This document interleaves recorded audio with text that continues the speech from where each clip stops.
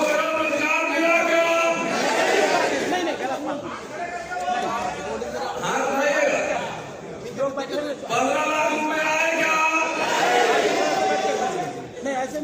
मोदी जी पिछड़ा है ना ओबीसी, पिछड़े वर्ग के लिए कोई कमीशन बनाया क्या?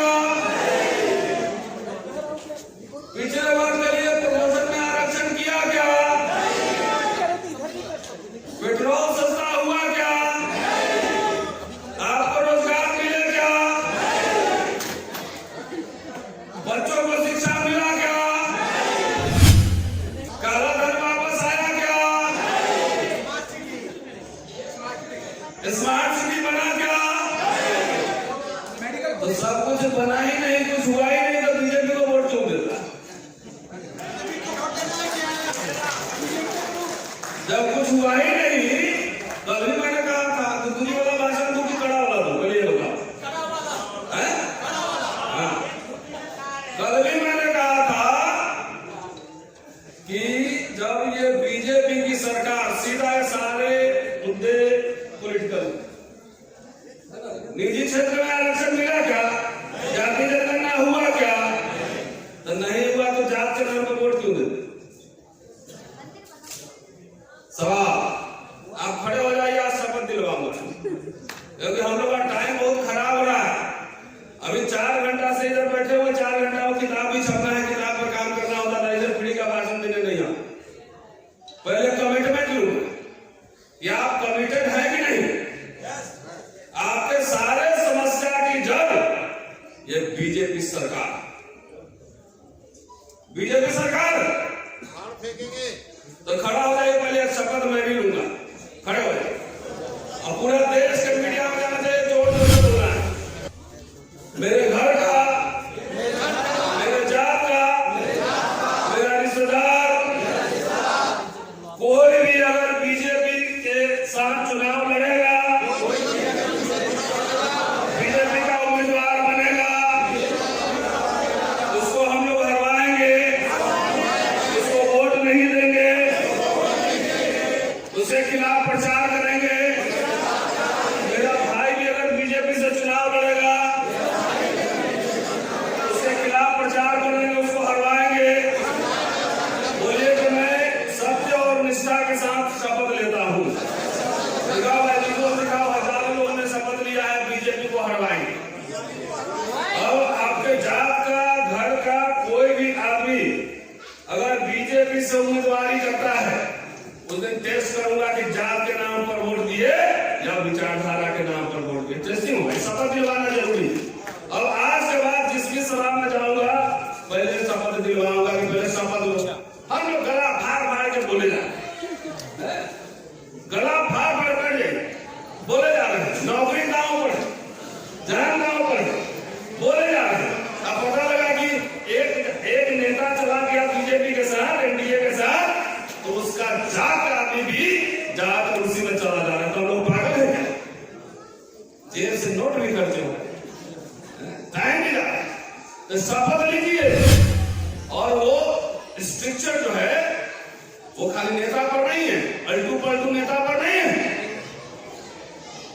वो आप पर भी है कि समाज का ऐसा आदमी है जिसके दिमाग में भूसा गोबर भरा हुआ है कि एक नेता को खरीद लो तो समाज का ज्यादातर लोग बिक जाता है। समझे? इसलिए बात करना जरूरी है। दोस्तों, बहुत तरह तरह की अच्छी बात मुझे लिखा हुआ है, प्रिविलेज और तमाम ये सब कुछ लिखा हुआ है। एक बात याद रखना, इस देश में लड़ाई अभी जो है इंडिया बनाम एनडीए, तीसरा मोर्चा की संभावना नहीं। खराब लगे खराब लगे कोई बात नहीं, लेकिन वस्तु स्थिति यही है। हम ये नहीं कह रहे हैं कि इंडिया आएगी तो घी की नदी बहेगी, ये नहीं कह रहे, लेकिन वहां पर कोई संभावना है जरूर कि हम अपना एजेंडा सेटिंग कर लेंगे। बहुत जल्दी एक प्रेस वार्ता करके हम दलित इमेंसिपेशन मैनिफेस्टो जारी करने वाले, दलित के खिलाफ। ट्राइबल समुदाय के लोग हैं, वो अपना मैनिफेस्टो लेकर आए, पिछड़े समुदाय के लोग वो भी अपना मैनिफेस्टो लेकर आए, अपना लॉ मैनिफेस्टो। बहुत लंबा नहीं, हमारे लोग का स्ट्रेटजी बहुत गड़बड़ है। एक समय में 3 पेज का जो है मेमोरेंडम बना लेता है, 1000 डिमांड रखता है। 1000 डिमांड रखोगे तो समझो आप सीरियस नहीं हो, एक भी डिमांड को लेकर आप सीरियस नहीं हो। हमने बनाया है 6 पॉइंट, मैं और हमारे मित्र हैं चंद्रभान की 6 ही पॉइंट।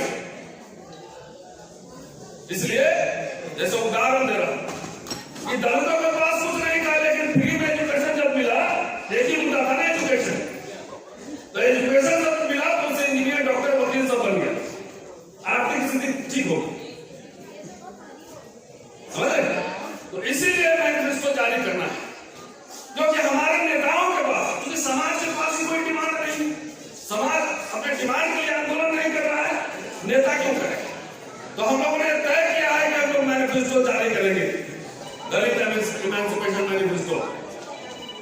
दोस्तों, अगर मैं इंडिया की बात करता हूँ, कुछ पार्टी विशेष के जो है कार्यकर्ता जो है ना, हम लोग को गाली देते हैं, दलित सब, उसकी मदी मारी गई, उसको समझ में नहीं आ रहा है कि बीजेपी सत्ता में आएगी तो उससे नेता का एमपी भी नहीं बनेगा, प्रधानमंत्री बनने की बात।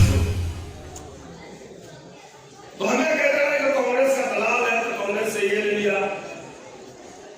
अरे भाई, हम कांग्रेस से टिकट नहीं मांगे, एनओबीसी बनने के दावेदारी है जी भाई, उसी को गाली दे रहे हो, उसी को गाली दे रहे हो। ये बात इसलिए कह रहा हूं कि इधर उधर कहीं वोट दोगे तो इसका मतलब है आप बीजेपी को वोट दे रहे हो। इधर उधर वोट दिया इसका मतलब बीजेपी को ही जा रहा हो, तो कौन बी टीम है वो समझो सीधा। और दिन भर कांग्रेस को गाली की जरूरत कर रहे हो कि हमें प्रधानमंत्री का उम्मीदवार बनवाओ, उसी को कह रहे हो। अरे 50-60 एमपी जीत के लाभ, तो बार्गेनिंग कर लेना कि पीएम बनोगे कि क्या बनोगे। और हम तो बीजेपी आरएसएस के खिलाफ चुनौती मैदान में है। जो आरएसएस के समर्थन से और बीजेपी के समर्थन से जो सरकार बना चुका हो, अगर वो दलित मुक्ति की बात करे तो समझना कहीं ना कहीं प्रॉब्लम है। सावधान सावधान। चूंकि इन लोगों ने मैनिफेस्टो जारी नहीं किया, एजेंडा नहीं सेटिंग किया, हमारे जैसे लोगों को आगे आगे करना पड़ रहा है। आपसे न वोट मांगने जा रहा हूं अपने लिए, न टिकट मांगने जा रहा हूं, न चंदा मांगने जा रहा हूं। भानु प्रताप जी ने जो कहा वो ईवीएम आधुनिक मनुस्मृति है, और ये ऐसा मनुस्मृति है ये मत समझिए कि खाली शूद्र अतिशूद्र को चापेगा।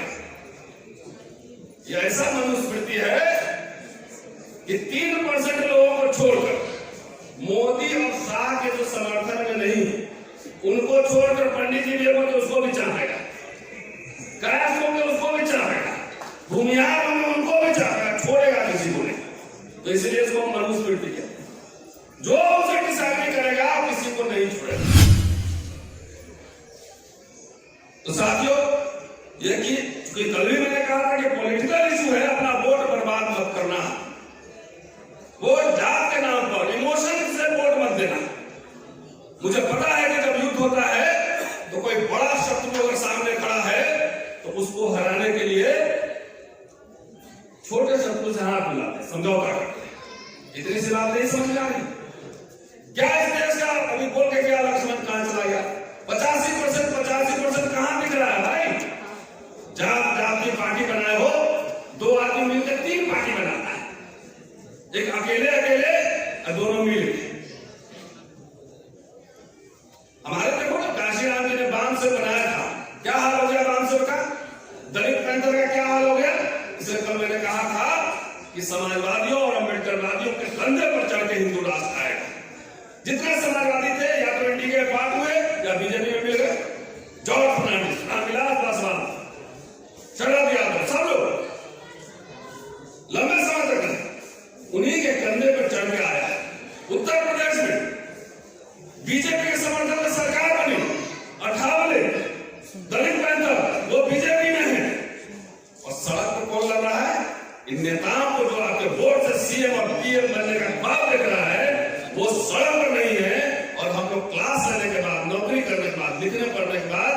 सड़क पर आपके बीच क्यों?